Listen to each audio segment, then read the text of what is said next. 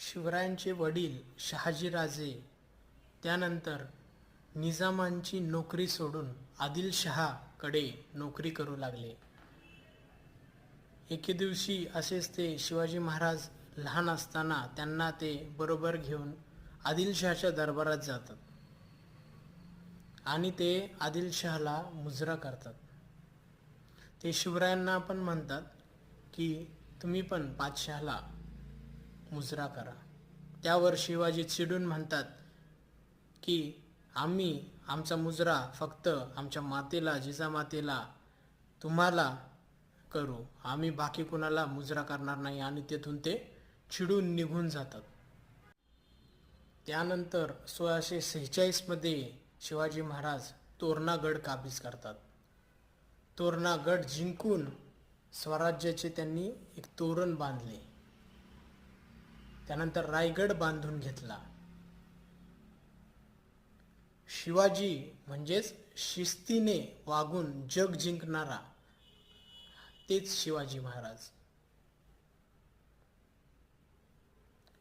ते सर्व पाहून आदिलशहाने शिवाजी राजांच्या वडिलांना म्हणजे शहाजी राजांना कैद केले.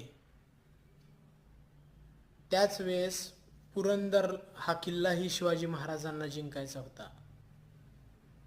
तर आता अशा परिस्थितीत एकीकडे वडिलांना पण सोडवायचे, एकीकडे आपल्याला गड पण जिंकायचा आहे.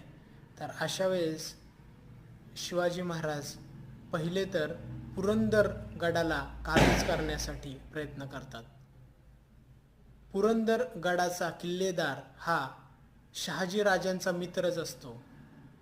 तर तेव्हा फत्तेखान हा 7,000 सैन्य घेऊन पुरंदरावर आक्रमण करणार असतो.